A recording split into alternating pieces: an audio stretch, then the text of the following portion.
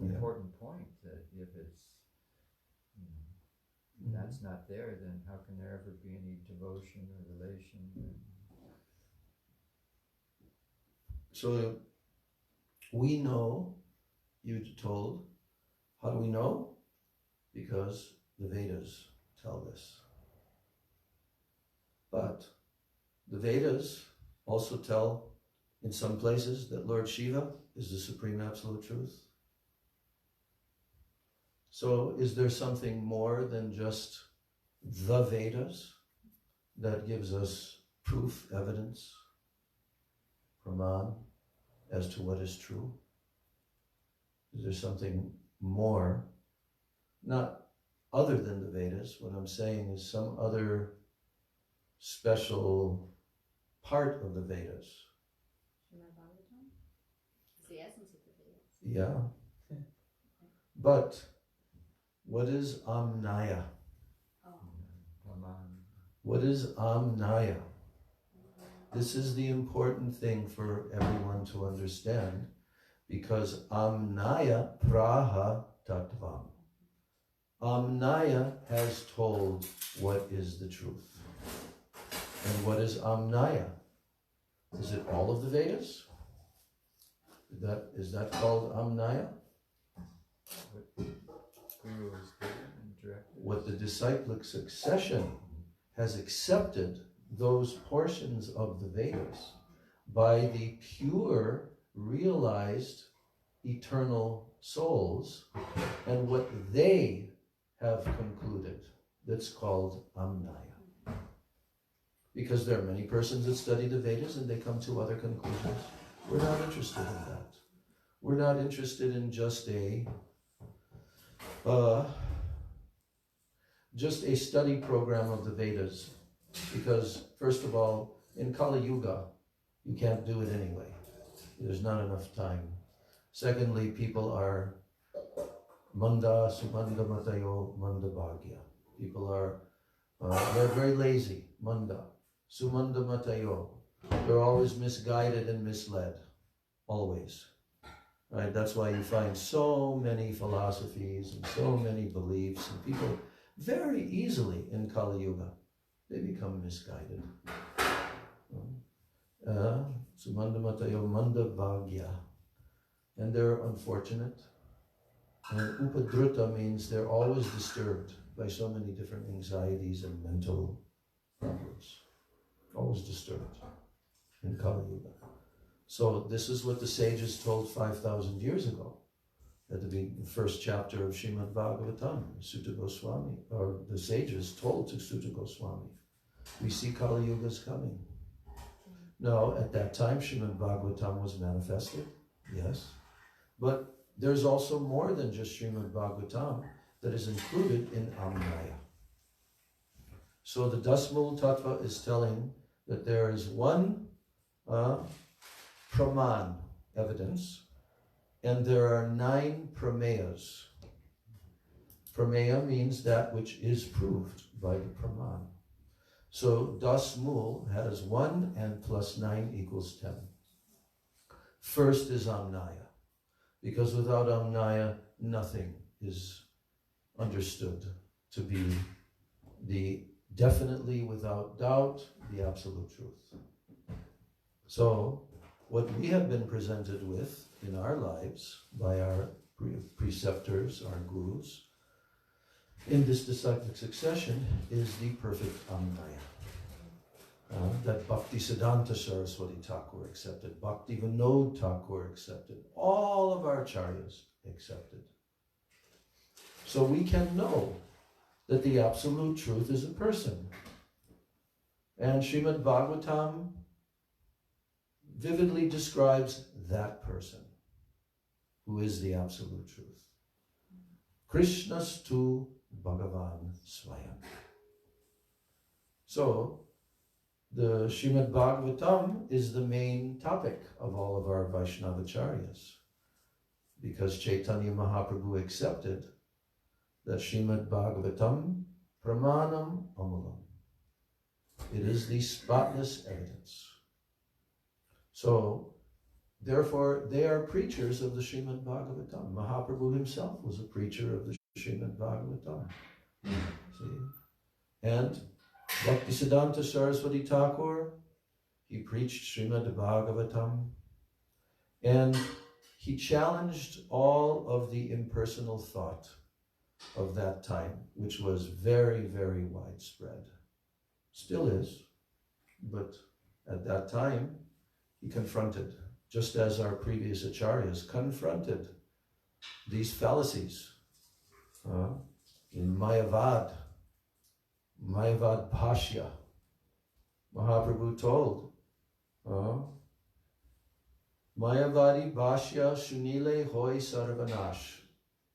If someone listens to the Bhashya, the commentary by Shankaracharya of Mayavad impersonal philosophy, then Hoy Sarvanash, all of their ability to advance in pure bhakti, it will be destroyed. It's destroyed by that. Mahaprabhu warned about that. And of course we know that Chaitanya Mahaprabhu personally rescued tens of thousands of not just, lightweight Mayavadis, but these were the real thing. Yes, and he defeated them, and he influenced them, and they all surrendered. Prakashananda Saraswati, Sarvabhauma Bhattacharya, and all the sannyasis in Varanasi. So that's not a small feat. But prior to Mahaprabhu, Srimadvacharya, Ramanujacharya, they wrote against Mayavad philosophy. We know the history that first of all Lord Buddha came, right? First of all Lord Buddha came. Why did he come? Because, go ahead. Yeah. I thought you were asking a question. Because the corruption of the Brahmin class, they're using the Vedic. Where's the mic?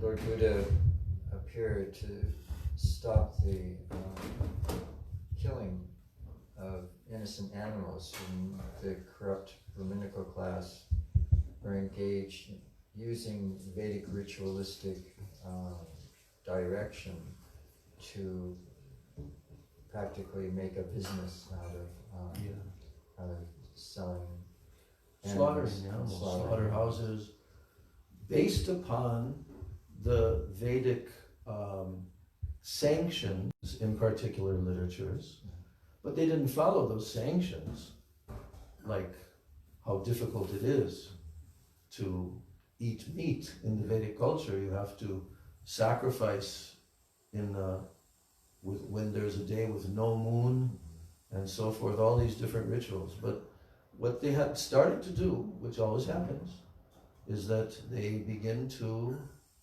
justify and they begin to concoct new prescriptions and rules. And so the innocent animals were being slaughtered en masse. Just like now, en masse. So Lord Buddha, he came and he decried the Vedas. He said, don't follow the Vedas. Why? Do you know why he told that? He said ahimsa was more important, that if you can't follow ahimsa, then better to toss the Vedas and follow ahimsa than to follow the Vedas and be violent. But what was the strategy? Why did he decry the Vedas? Because they were misusing the Vedas. They were misusing the Vedas. Right. And so in order to, in a roundabout way, lead them back to the Vedas, he had to first of all break their faith in the Vedas and say, don't follow. Right? And then he sent who? After Lord Buddha spread Buddhism all over India, then who came after that? Shankaracharya. Who's he? Shiva. And who ordered him to come? Lord Narayan. He was directly ordered by Lord Narayan to come. Now, what was his mission? Being ordered by Lord Narayan. To give a Buddhist interpretation to the Vedas, or to use the Vedas and show that what Buddha had taught, the psychology, I won't say it's a religion or philosophy, but that he taught could be seen in the Vedas, in personalism, voidism. Like that. Well, the actual instruction was go and preach covered Buddhism and mislead the atheistic class of men. That was the instruction. Not an easy task. You need Lord Shiva to do something like that. And it's a thankless task also, because he's the greatest Vaishnava. But he had to pose as Shankaracharya and then to preach a covered form of Buddhism. Now, why was he told to mislead the atheistic class of persons and lead them away from the Vedas? Sorry, not to lead them away from the Vedas. He was leading everyone back to the Vedas, but he's misleading them from not understanding the proper purport of the Vedas. Because they would use the Vedas simply to gain personal benefit rather than the real purpose of the Vedas, which is to sacrifice oneself ultimately, but to make sacrifice. That they would use the Vedas for worldly gain. Yeah, actually, Bhaktivinoda Thakur explains what great service that Shankaracharya did. And the order was given for a particular reason. Why? To separate them away from the pure Vaishnava disciplic lines. Otherwise, if they mixed in, they would contaminate and pervert everything. So he separated them away, right? By preaching a type of covered Buddhism, right? But at the same time, he drove Buddhism out of India. Shankaracharya, that's a very mighty task. That's why you see it in the surrounding countries, Nepal to some extent, Tibet, the Eastern, Oriental countries and so forth. You see so much Buddhism there because it was driven out of India by Shankaracharya. So there's this battle that had been going on, and the four Vaishnavacharyas waged war against Mayavadism. Literally, they wrote books. You can see Mayavad Shatadushani. This is the book written by Madhvacharya, where he pointed out 100 faults of the Mayavad philosophy. Name one fault. This is the most obvious and the most often quoted. If you want to defeat a Mayavadi and a person that believes in that conception, so what's the main one? What's the main flaw, logic flaw also that they have in that philosophy? Burma being covered by illusion. Yeah. Explain. No, you said it. You're on You can explain it. How can God fall? Jai Shri Shri Guru Gauranga Gandharvika Giridhari Radha Govinda Jiyo Ki Jai. It's beyond my radically. You can try. You can try. By trying, it's also, you gradually get more accustomed. Can I phone a friend? I don't know. Okay, all right. Who else wants to try? You know that one? Which one? This one, what he was telling. That one of the main faults of the Mayavad philosophy is they think that Krishna also comes under the influence of Maya, and therefore that Maya is more supreme than Krishna or Bhagavan. Yeah, but what do they say the absolute truth is? That Brahma. Brahma, we are all, yeah. Brahma Satyam. Brahma is truth, and Jagat, this universe, is Mithya, means false. So their philosophy is that what we see in this world, it is all illusion, it's all false. That's why it's called Maya Vad. Maya means illusion, right? So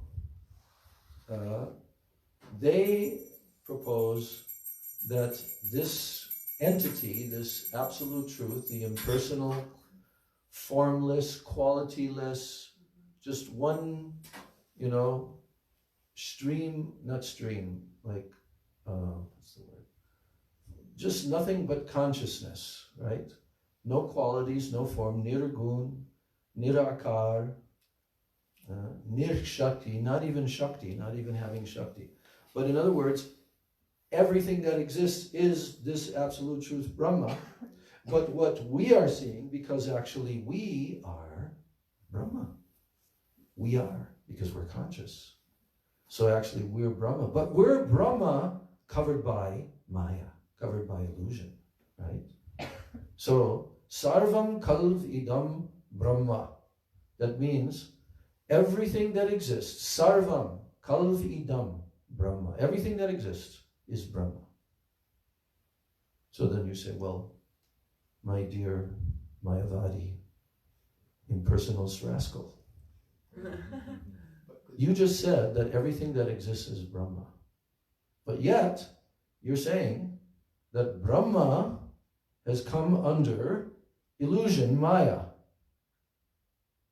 So my question to you is, you're contradicting yourself because you said there is nothing but Brahma. So where did Maya come from? Where did illusion come from? Mr. Big, puffed up Mayavadi rascal. They cannot answer.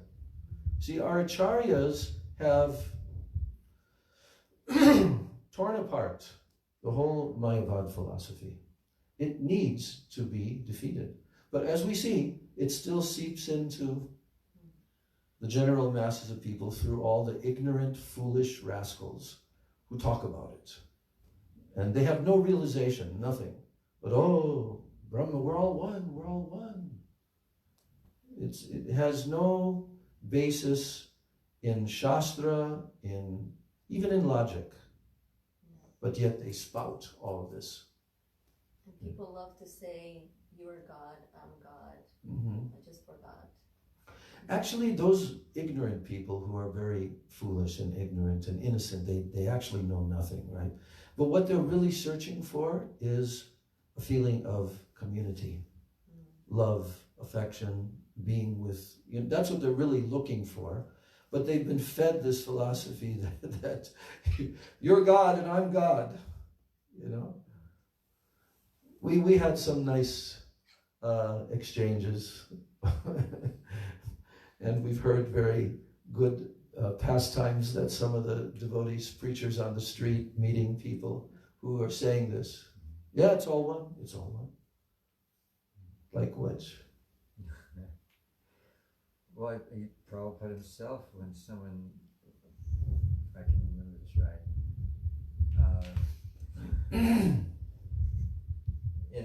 in a class, the person stood up and said, well, we're all one. Actually, I can tell something from Laguna Beach. Then tell. I'm going to tell something I personally saw. Yes. So Srila Prabhupada had given this beautiful lecture in 1972 in Laguna Beach. It was just like really intimate. He sung Jaya Radha Madhava Kunja Vihari, and then the lecture was all about that song. And at the end, he said, are there any questions? And this boy stood up and he said, is there any more than one person in this room? And I was right next to Prabhupada and I saw all the hairs in the back of his head just like Prabhupada's. Yeah, it's Prabhupada's hairs. And he gets eyes and he says, do you not have eyes? Can you not see? How many people are in this room? what a foolish question. And he said, begin kirtan. Yeah. But I've heard this other pastime where someone said that it's all one. Srila Prabhupada said, oh, well, if it's all one, give me your wallet. Oh, that's where it came from then. Yeah. Actually, the devotees have their own stories of applying that argument and reasoning. And there's some funny stories. I don't even remember who it was, which devotee, but they actually tested it out. He saw this guy on the street is saying, telling him this philosophy. So then the devotee says, so we're all one, right? That means there's no difference between you and me, right? And whatever is yours is mine, whatever is mine. So we're all one. Well, give me your wallet. If you really believe this philosophy, then give me your wallet. The guy goes, gives him his wallet. And now give me your car keys. The guy, he's so puffed up and such a fool that he wants to demonstrate by giving him his, okay. And then the devotee said, okay, thank you very much, God. And he goes on his way, walks away. And after he's like a little bit of a distance, all of a sudden this guy freaks out and he starts running. Wait. So they can say like that, but actually it has no basis in truth or reality. So, impersonal calamity thou hast moved. Srila Prabhupada, Bhaktisiddhanta Prabhupada, he appreciated that statement of that line of that verse, because this was one of the major contributions of Bhaktisiddhanta Saraswati Thakur. We read the poem of Srila Sridhar Maharaj this morning, telling how Srila Bhaktisiddhanta Saraswati would roar like a lion. And the lions, when they roar, what happens? All the other forest animals, they run away in fear. And so that's why lion guru is a term applied to our great acharyas, because they were so powerful and no one could stand against them. And actually the impersonalists, we heard that even Srila Bhaktisiddhanta Saraswati Thakur, at one stage, if he would walk somewhere, the impersonalists would actually cross the road, go to the other side. They didn't want to confront him at all because they would be completely smashed. Okay? So that was a major accomplishment, because as long as Mayavadism is there, you cannot plant the seeds of bhakti. Prabhupada, our Prabhupada, writes in the teaching of the Lord Chaitanya, he says that there's only one disqualification for receiving the mercy of Sri Chaitanya Mahaprabhu, and that is Mayavadism.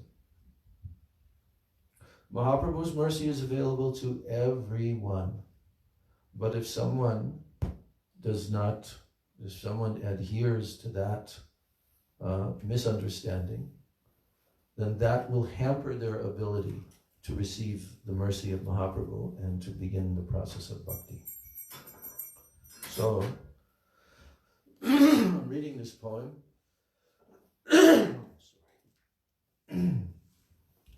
This is like, in the olden poetry of England, they have like a certain way of announcing something, Hear ye, hear ye. So it's kind of like that. Adore, adore ye all, the happy day, blessed than heaven, sweeter than May. When he appeared at Puri, the holy place, my Lord and Master, his divine grace. O my Master, the evangelic angel, give us thy light, light up thy candle. Struggle for existence, a human race, the only hope his divine grace. Struggle for existence. I heard a tape recently in all of my lectures of Prabhupada. he was actually reading the poem Oh. and telling and describing each verse. And it was, somehow they had found this poem. I don't know where they found it, but Prabhupada thought, he was saying, oh, I thought this was lost, but now you found it. So somehow in India, probably with the various places they were going, they actually found this poem. So then Prabhupada read it, and he gave a little purport to each. Misled we are, all going astray. Save us, Lord, our fervent pray. Wonder thy ways to turn our face. Adore thy feet, your divine grace. Wonder thy ways to turn our face. How our faces were turned, huh? By our Guru Parampara. Yes, forgotten Krishna, we fallen souls, paying most heavy the illusion's toll. Darkness around, all untrace, the only hope is divine grace. Prabhupada commented on this one. He says, yes, we are paying very heavy this toll, illusion. So very much we are paying. Message of service thou hast brought. A healthful life as Chaitanya wrought. Unknown to all, it's full of grace. That's your gift, your divine grace. What's grace? Strength. Huh? Strength. What do you think? I Grace. think it's both those things. It's like grace, it means like strength, but it's like refresh grace, like Yeah. refreshing grace. Yeah, because I remember from our television commercials of our childhood, yeah, it was some men's aftershave, full of grace. So Prabhupada is saying that healthful life as Chaitanya wrought. Didn't we see that? I mean, this verse really made an impression when I first read this back in those early days. Message of service thou hast brought. So we're all engaged in service. And then a healthful life as Chaitanya wrought. Healthful. Taking Krishna Prasadam, going out dancing, chanting. Healthy on every level. But unknown to all, this message of service, it's full of grace. That's your gift, your divine grace. And here comes the 6th verse, the one that he liked. Absolute is sentient, thou hast proved. Impersonal calamity, thou hast moved. This gives us a life anew and fresh. Worship thy feet, your divine grace. Had you not come who had told the message of Krishna forceful and bold, that's your right. You have the mace. Save me a fallen, your divine grace. So the scepter, the mace, you have that because you're the conqueror. Then finally the last line says, the line of service as drawn by you is pleasing and healthy like morning dew.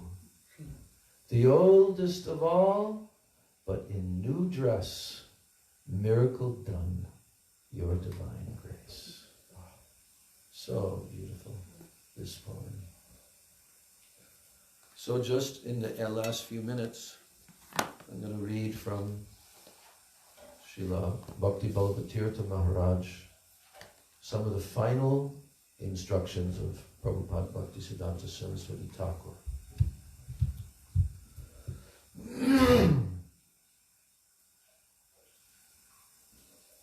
Intimations of Saraswati Thakur's departure. On October 24th, he left for Puri. On November 1st, Saraswati Thakur's dear disciple Tridandi Swami Bhakti Shri Rup Puri Maharaj's life on this earth came to an end. While at Puri's Chatak Parvat, he celebrated the appearance of Madhvacharya Govardhan Puja, which he worshipped with the hymns composed by Rupa and Raghunath Goswamis.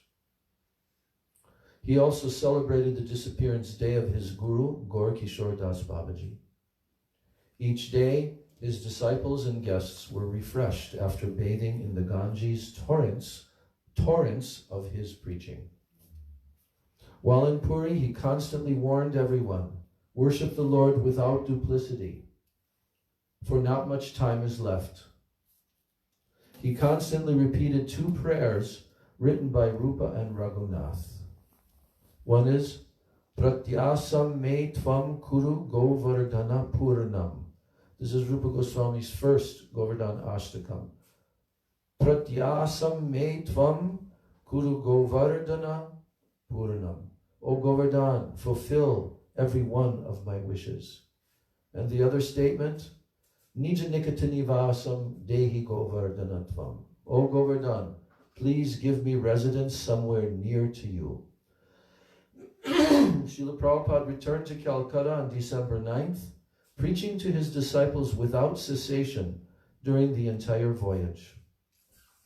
Now on December 27th, several days prior to the setting of the blazing sun of the Gaudiya Vaishnava Sampradaya, Om Vishnupad Srila Bhaktisiddhanta Saraswati Goswami Thakur, he spoke to a gathering of his closest disciples, at which time he said the following words. I have disturbed many people because I felt myself obliged to speak the unadulterated truth. I have told everyone to worship Hari without hypocrisy, and because of this, some people have perhaps considered me to be their enemy. So I have caused many people anxiety by telling them to give up other desires and hypocrisy and to sincerely serve Krishna. Someday they will be able to understand what I was getting at. All of you, please preach the message of Rupa and Raghunath with great enthusiasm. The ultimate object of our desires is to become specks of dust at the lotus feet of the followers of Rupa Goswami.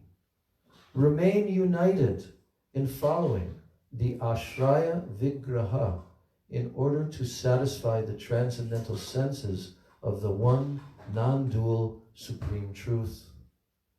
Make your way through this impermanent, transitory life in whatever way you can, keeping the goal of worshiping the Lord foremost in your minds. Don't abandon this goal, even in the face of hundreds of dangers, insults, or persecutions. Don't lose your spirit if you see that the majority of people cannot accept the principle of selfless service to the Supreme Lord. Never abandon your bhajan, hearing and chanting Krishna Katha, the be-all and the end-all of your devotional life. Please always chant the name of the Lord, being humbler than a blade of grass and more tolerant than the tree. This body is like the aging cow, which in ancient times was meant to be offered up in sacrifice. Only we desire to offer the body to Krishna in the sacrifice of the holy name established by Sri Krishna Chaitanya and his associates. We do not seek to become heroes performing great works or religious deeds. Our true being and our identity is that of a speck of dust at the lotus feet of Sri Rupa Prabhu, life after life. The stream which flows from Srila Bhaktivinoda Thakur will never be dammed up. Remember this and vow to double your efforts to fulfill Srila Bhaktivinoda Thakur's desires. Amongst you are many capable and worthy individuals. We seek nothing for ourselves. Our only motto is Adadanas Trinandantayar Idam Yache Puna Puna Srimad Rupa Padam Boja Dulisyam Janma Janmani, taking grass between my teeth. I pray repeatedly that I may become a speck of dust at Sri Rupa Goswami's lotus feet, birth after birth. So,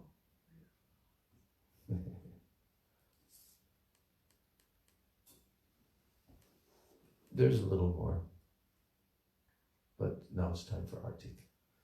Gaur Premanandi Jai Nitilila Pravishtom Vishnupad Paramahansasta Terasata Sri Srila Bhakti Siddhanta Saraswati Thakur Srila Prabhupada Ki Jai.